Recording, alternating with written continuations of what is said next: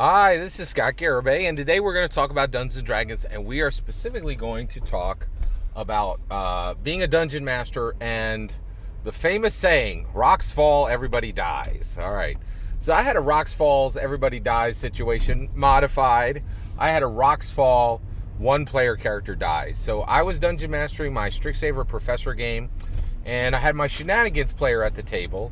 I call him our shenanigans player because more than any other player, he'll say it flat out. He's like, I love D&D for shenanigans, right? It's why he plays, it's why he likes it, and he goes for it when he dungeon masters too. He's our shenanigans dungeon master and our shenanigans player, and in this case, I was the dungeon master in my Strixhaven Professor campaign, and he was my shenanigans player, and boy does he live up to the name. So basically. We got into this situation where the professors are fighting one of the Strixhaven students called Kalen the Dark One. And so Kalen the Dark One, he has been placed in Strixhaven, and he's been specifically placed there. He is the chosen son of Acererak, okay? And he has been sent to Strixhaven, actually, just like any other student. He's Acererak's chosen son, and Acererak, just like any parent, cares for their kids and wants them to get a good education, right?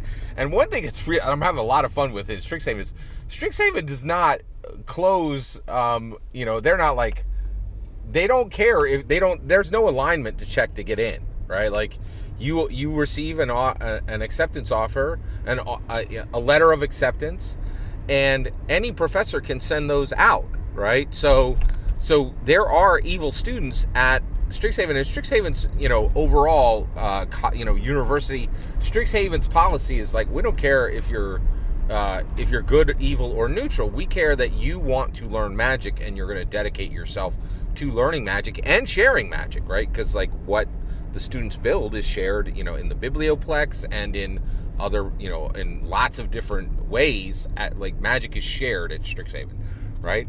So Kayla the Dark One is an evil student from a very evil father, Acererak, the Archlich, right, who is his chosen father, right? How does an Archlich have a son? That's complicated, right? But Kayla the Dark One is the chosen son of Acererak, right?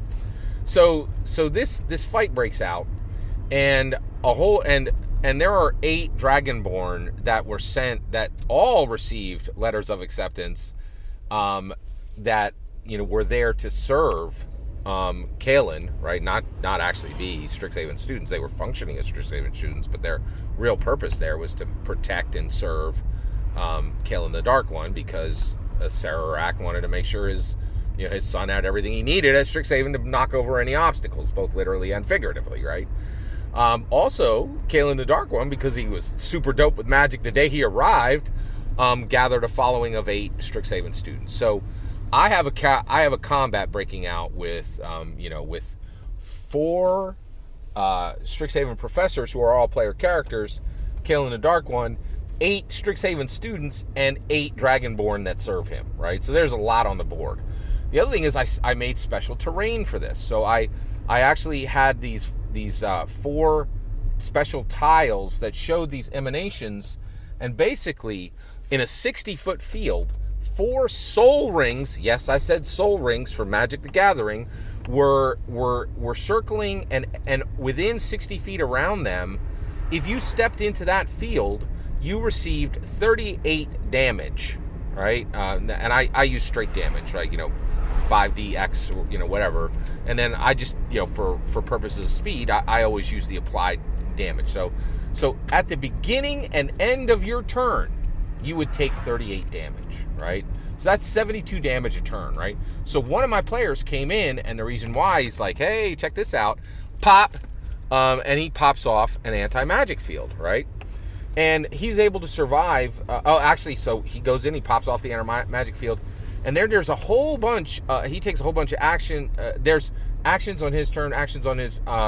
So he's in the field, and basically he uses his anti-magic field to stop multiple attacks from the Dragonborns, and he actually unsummons elementals that were summoned magically. So his anti-magic field gets him lots of benefits, and and of course he's doing great, right?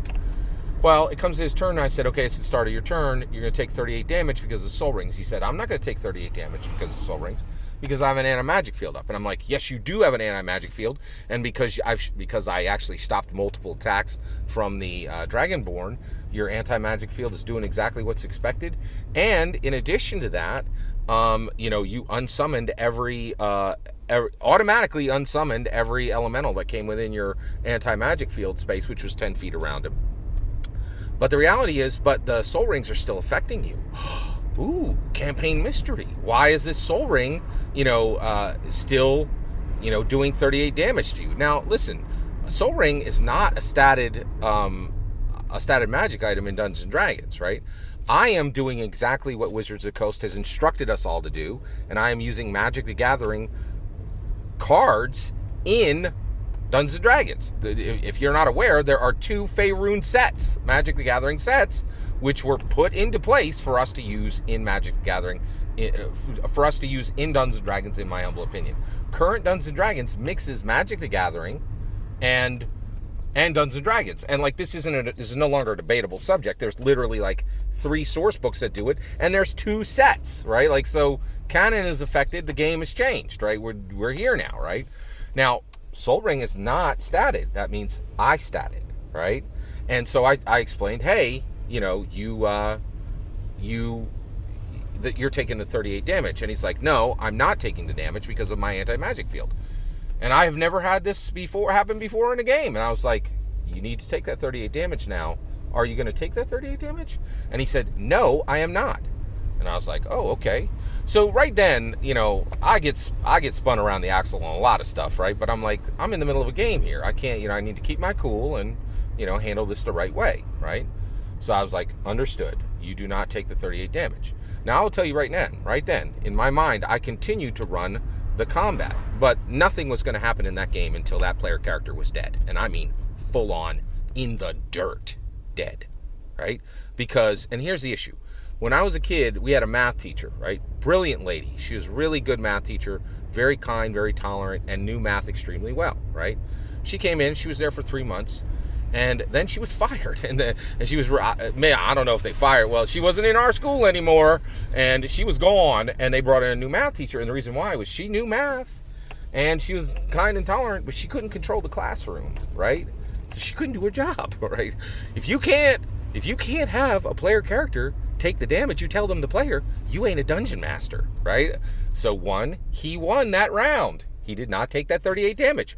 But the moment that happened, I can promise you his 140 hit point character was going to take about 380 damage, or maybe 3,800 damage. The only question was how, right?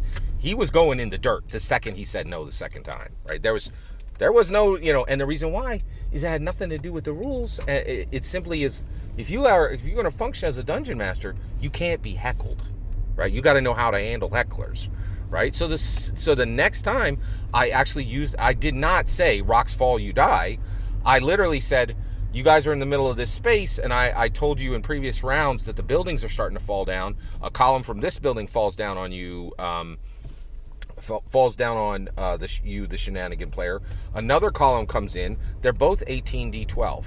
The first one, the 18d12, took him to 0 hit points, but he had already had Death Ward put onto him, and so it took him just to 1. The second pillar took him to 0, right? And then he was going to start death saves, right? Well, I already told you, I got 16 non-player characters on the board, and this is the first time I've ever done this ever. I've never had a non-player character come and attack a fallen player character, and there are rules for it. When you are struck with any kind of a melee strike, or if you're attacked at all, you get 2 death saves, 2 failed death saves. So I just had 2 non-player characters attack him, and he died. And that was that. Rocks fall, you die, right? So I think what I learn is, 1, you got to do it by the rules. You can never just say rocks fall, you die. You still need to deal the damage, right? You need to go through and do it by the rules. The other thing is, if you get a player character who tells you no as a dungeon master when you're saying, and it's not a choice, you're like, you need to do this at this point, and they tell you no, kill the character, right? You must maintain control, right? That's my humble opinion. What's your humble opinion? How would you have handled this situation? And is there a way that I could have handled it better? I'd love to hear your thoughts. Let me know in the comments below. Please consider liking and subscribing, and have a wonderful millennium.